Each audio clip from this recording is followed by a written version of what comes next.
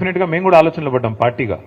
అరే ఇట్లెట్లా జరిగింది, గతంలో ఎంతోమంది ముఖ్యమంత్రులు ఎన్నో ప్రభుత్వాలు హామీలు ఇచ్చి నెరవేర్చలేదు, అట్లాంటిది వారసత్వ ఉద్యోగం అనే ఒక ఇమోషనల్ అంశం, దాన్ని కూడా నిలబెట్టుకున్నాము. ఇచ్చిన 10 హామీల్లో 8 పూర్తిగా చేయగలిగాము, 2 పాక్షికంగా అయినాయి. అయినప్పటికీ మరి కార్మికులు ఈ రకంగా ఎందుకు మనకు మద్దతు పలకలేదు అనే ఒక ఆలోచన మాత్రం పార్టీలో ఆనాడు కలిగింది. అప్పటికే ఎదురు దెబ్బ తగిలింది మనకు 2023 డిసెంబర్ ఎన్నికల్లో. తదనంతరం వచ్చిన గుర్తింపు సంఘం ఎన్నికల్లో కూడా మనం ఎందుకు యాక్టివ్గా పార్టిసిపేట్ చేయలేదంటే నిజానికి మేము కూడా మదనపడ్డాం. కార్మిక సంఘం పెట్టడం వల్ల లాభం అయిందా నష్టమైందా, కార్మిక సంఘంలో ఉండే పంచాయతీలు ఏమైనా పార్టీ మీద ప్రభావం చూపినాయా, అందులో ఉండే అంతర్గత రాజకీయాలు, ఎందుకంటే ట్రేడ్ యూనియన్ అంటేనే చాలా ఉంటాయి పాలిటిక్స్, దానివల్ల కూడా ఏమైనా నష్టమైందా మెయిన్ పార్టీకి అని చెప్పి కొంత మదనపడ్డాం. అందుకే మరి జరిగిన గుర్తింపు సంఘం ఎన్నికల్లో ఆ తర్వాత నిజానికి అంత క్రియాశీలంగా పార్టీ పనిచేయలేదు. అయినప్పటికీ మనుగురులో నేను మిమ్మల్ని అభినందిస్తా ఉన్నా, 24 ఓట్లతో మాత్రమే మీరు ఓడిపోయారు తప్ప నిజానికి మీరు ఓడిపోలేదు. పార్టీ ఆనాడు పూర్తిగా మద్దతు పలకపోయినా, క్రియాశీలంగా లేకపోయినా, మీ అంతటా మీరుగా కేసీఆర్ గారి మీద ప్రేమతో, తెలంగాణ బొగ్గుగని కార్మిక సంఘం మీద ప్రేమతో అద్భుతంగా పనిచేసి విజయ పంచులని ముద్దాడినందుకు మనుగురులో ముఖ్యంగా మీ అందరిని నేను అభినందిస్తా ఉన్నాను. అయితే ఈ రోజున్న పరిస్థితి సరిగ్గా 21 నెలలు, మరి దాదాపు ఇంకో 2 రోజులు అయితే ఇంకో 7వ తారీఖు వచ్చిందంటే ఈ ప్రభుత్వం వచ్చి 21 నెలలు దాటి 22 నెలల్లోకి అడుగు పెడుతుంది. ఏం జరిగింది అని ఒకసారి ఆలోచించుకుంటే 21-22 నెలల్లో తెలంగాణలో ఒకటి మాత్రం స్పష్టంగా కనబడతా ఉన్నది. మీరు ఇవాళ ఏ మనిషినైనా అడగండి, తెలంగాణలో ఫలానా వర్గం అని కానీ, ఫలానా కులం అని కానీ, ఫలానా మతం అని కానీ లేదు, ఫలానా వృత్తి అని కూడా లేదు. ఏ ఒక్కరిని మీరు తట్టి అడిగినా ఎట్లా ఉంది ప్రభుత్వం అని అడిగితే అందరూ స్ట్రెయిట్గా ఒక్కటే మాట చెప్తున్నారు, అప్పుడే బాగుంది, ఆనాడు కేసీఆర్ గారు ఉన్నప్పుడే బాగుండేది, ఈ ప్రభుత్వం వచ్చినాక అంత అగమ్యగోచరంగా ఉంది అనే మాట ఇవాళ ప్రతి ఒక్క మనిషి నుండి కూడా వినబడతా ఉంది. ముఖ్యంగా నేను గమనిస్తా ఉన్నది రైతుల్లో. ఇప్పుడే నేను కాంతారావు గారిని అడుగుతా ఉన్నా, అన్న మరి కొత్తగూడెం జిల్లాలో యూరియా సమస్య ఎట్లా ఉంది, యూరియా ఉందా సమస్య లేదా అంటే భయంకరంగా ఉందన్న, యూరియా సమస్య కాదు సంక్షోభం, అది ఆ స్థాయిలో భయంకరంగా ఉంది, రాష్ట్ర వ్యాప్తంగా ఉన్నట్టే మా దగ్గర కూడా తీవ్రంగా రాత్రికే వచ్చి లైన్లు కడుతున్నారు, ఉదయం 3 గంటలకు వస్తున్నారు, చివరి కొంతమంది అక్కడనే పడుకుంటున్నారు, ఆ పరిస్థితి వచ్చింది. ఎన్నికలకు ముందేమో హామీల జాతర, ఎన్నికల తర్వాత ఏమో చెప్పుల జాతర అన్నట్టుగా ఇవాళ ఏ పిఎస్సిఎస్ కేంద్రం దగ్గర పోయినా, ఏ సొసైటీ కేంద్రం కాడికి పోయినా చెప్పులు వరుసలో భయంకరం కనబడతా ఉన్నాయి. కానీ ఒక్క మాటకు మాత్రం మనం ఒప్పుకోవాలని చెప్తున్నాడు ఇప్పుడే కాంతారావు గారు. ఏంది అదంటే అన్నాడు రేవంత్ రెడ్డి గారు నిజాయితీగా ముందే చెప్పాడన్నా, ఆనాటి రోజులు తిరిగి తెస్తానన్నాడు, నిజంగానే తెచ్చాడు. ఆనాడు కాంగ్రెస్ పాలనలో ఏ రోజులైతే ఉండేదో ఆ రోజులు మళ్ళీ తెచ్చాడు. మళ్ళీ కరెంట్ సరిగ్గా రావట్లేదు, మళ్ళీ మోటార్లు కాలిపోతున్నాయి, మళ్ళీ ట్రాన్స్ఫార్మర్లు వెళ్ళిపోతా ఉన్నాయి, మళ్ళీ రైతులు చెప్పుల జాతర పెట్టి పరిస్థితి వచ్చింది. వాస్తవంగా చెప్పాలంటే ఆయన నిజాయితీ గల మోసగాడన్నా రేవంత్ రెడ్డి గారు, నిజాయితీగా మోసం చేశాడు, చెప్పి మరీ చేశాడు. ప్రజలు ఆయన చెప్పాడు, ఎలక్షన్లకు ముందే చెప్పాడు, ఆయన కొత్తగా ఈరోజు చెప్తలేడు. రేవంత్ రెడ్డి గారు నిజాయితీగానే మోసం చేసిండు. ఆయన అన్నాడు ప్రజలు మా చేతుల్లో మోసపోవాలనే కోరుకుంటారు, మీరు చూసే ఉంటారు ఆ వీడియో.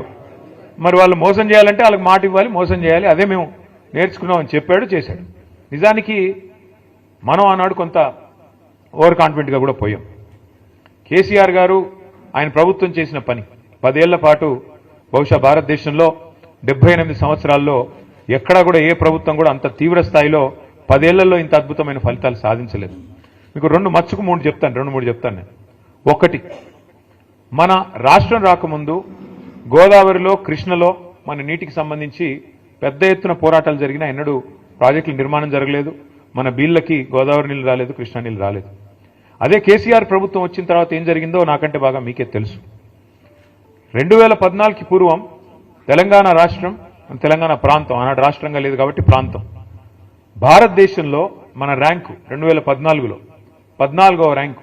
ఏది? వ్యవసాయ ఉత్పత్తుల్లో, వ్యవసాయ దిగుబడుల్లో, వ్యవసాయ ఉత్పత్తుల్లో, ముఖ్యంగా మన కాడ పండే వరిలో ఆనాడు మన ర్యాంకు 14. భారతదేశంలో 28 రాష్ట్రాలుంటే మనం సగంలో ఎక్కడో ఉన్నాం. అదే కేసీఆర్ గారి నాయకత్వంలో ఒకవైపు గోదావరిలో, మరొక వైపు కృష్ణానదిలో ప్రతి నీటి బొట్టును ఒడిసిపట్టి మీ ఖమ్మం జిల్లాలో సీతారామ అయితేనేమి, అట్లాగే మొత్తం ఉత్తర తెలంగాణలో గోదావరి నది మీద కాళేశ్వరం ప్రాజెక్ట్ అయితేనేమి, దక్షిణ తెలంగాణలో మరి పాలమూరు రంగారెడ్డి ఎత్తిపోతల పథకం అయితేనేమి, ఇట్లా ఒక్కొక్క నీటి బొట్టును ఒడిసిపట్టి మరి ఎట్లా మన వీళ్లకు మళ్లించాలని ఒక తపనతో చేసిన పని వల్ల మనం 14వ స్థానం నుంచి నంబర్ 1 స్థానానికి 2022వ సంవత్సరంలో చేరుకున్నాం. ఇది సామాన్యమైన ఫీట్ కాదు, ఏదో డైలాగులతోనో ఊగదంపుడు ఉపన్యాసాలతోనో అయిపోయే పని కాదు.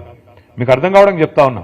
తెలంగాణలో జరిగిన ఎఫర్ట్ ఏంటి అంటే కేసీఆర్ నాయకత్వంలో తెలంగాణ భూభాగం కనుక మీరు ఒకసారి అధ్యయనం చేస్తే ఎట్లా ఉంటుందంటే, ఎందుకంటే మీరంతా ఆలోచన పరులు, 10 మందికి చెప్పగలిగిన శక్తి ఉన్న వాళ్ళు, ముఖ్యంగా కార్మిక సంఘాల్లో విస్తృతంగా పనిచేసేవాళ్ళు కాబట్టి మీకు ధారణా శక్తి కూడా ఎక్కువ ఉంటుంది. అందుకే నేను చెప్పే ప్రయత్నం చేస్తా ఉన్నాను. తెలంగాణ భూభాగం ఎట్లా ఉంటుంది అంటే మనకు సామాన్యుడి భాషలో అర్థం కావాలి అంటే ఇట్లా ఒక గుడిసె తరహాలో ఉంటుంది తెలంగాణ భూభాగం. ఒక గుడిసెలాగా ఈ షేప్లో ఉంటుంది. ఒక వరుస నుంచి గోదావరి, ఒక వరుస నుంచి కృష్ణ రెండు పారుతూ ఉంటాయి. గోదావరి మనకు సముద్ర మట్టానికి దాదాపు ఒక దగ్గర 80, ఒక దగ్గర 90, ఒక దగ్గర 100, ఒక దగ్గర 120 ఆ స్థాయిలో ఆ మీటర్లలో ప్రవహిస్తుంది.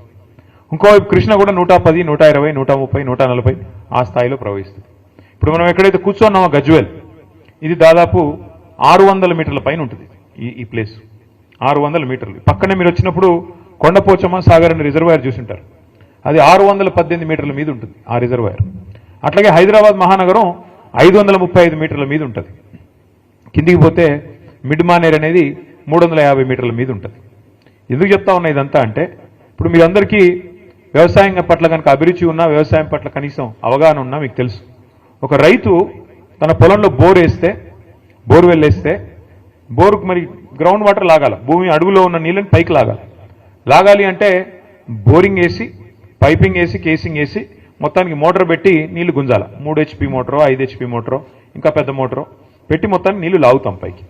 అట్లాగే కేసీఆర్ గారు చేసిన ప్రయత్నం ఏంటి అంటే, తెలంగాణలో గోదావరిలో సమృద్ధిగా నీళ్లు ఎక్కడ దొరుకుతాయి అధ్యయనం చేసి మేడిగడ్డ అనే ప్రాంతంలో కాళేశ్వరం దగ్గర అక్కడైతే 365 రోజులు నీళ్లుంటాయి. తెలంగాణలో కరువు వచ్చినా ఇంకేం వచ్చినా అక్కడ మాత్రం నీళ్లు ఎప్పటికీ ఉంటాయనే ఆలోచనతో మేడిగడ్డ నుంచి అక్కడ 80 మీటర్లు గోదావరి ప్రవాహం, ఇక్కడ మనం కూర్చున్న కాడ 600 మీటర్లు, అక్కడి నుంచి నీళ్లు ఒడిసి పట్టి రోజుకి ఎన్ని నీళ్లు తెలుసా?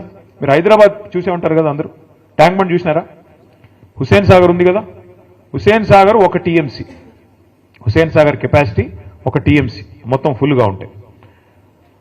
ఈరోజు కేసీఆర్ గారు చేసిన కాళేశ్వరం ప్రాజెక్టు వల్ల జరిగింది ఏమంటే, మేడిగడ్డ దగ్గర 80 మీటర్ల స్థాయి నుంచి 618 మీటర్లు ఉన్న కొండపోచమ్మ కాడికి రోజుకు 2 హుసేన్ సాగర్లు, ఒకటి కాదు 2 TMCల నీళ్లను తీసుకొచ్చే అద్భుతమైన ప్రాజెక్టు కాళేశ్వరం ప్రాజెక్టు. ఒక రైతు బావిలో మన పొలంలో బోర్వెల్ వేస్తే ఎట్లయితే నీళ్లు పైకి లాగుతామో మోటార్ పెట్టి, అట్లాగే మరి రోజుకు 2 హుసేన్ సాగర్లో బట్టి నీళ్లు పైకి తోడాలంటే ఒక బకెటేసి లాగలేం కదా. పెద్ద బాహుబలి మోటార్లు పెట్టి 140 మెగావాట్ల మోటార్ ఒక్కొక్కటి, అట్లాంటి 21 పంప్ హౌజ్లు, 19 సబ్స్టేషన్లు ఉన్నాయి కాళేశ్వరం సిస్టంలో. దానివల్ల అక్కడ గోదావరి 80 మీటర్ల నుంచి తీసుకొని ఒక్కొక్క స్టేజ్ ఎక్కిస్తూ మధ్యలో 300 మీటర్ల కాడికి మిడ్మానేర్ తెచ్చి అక్కడి నుంచి పైకి తెచ్చి అట్లా 15 రిజర్వాయర్లు, అట్లా 19 పంప్ హౌజ్లు, 21 సబ్స్టేషన్లు,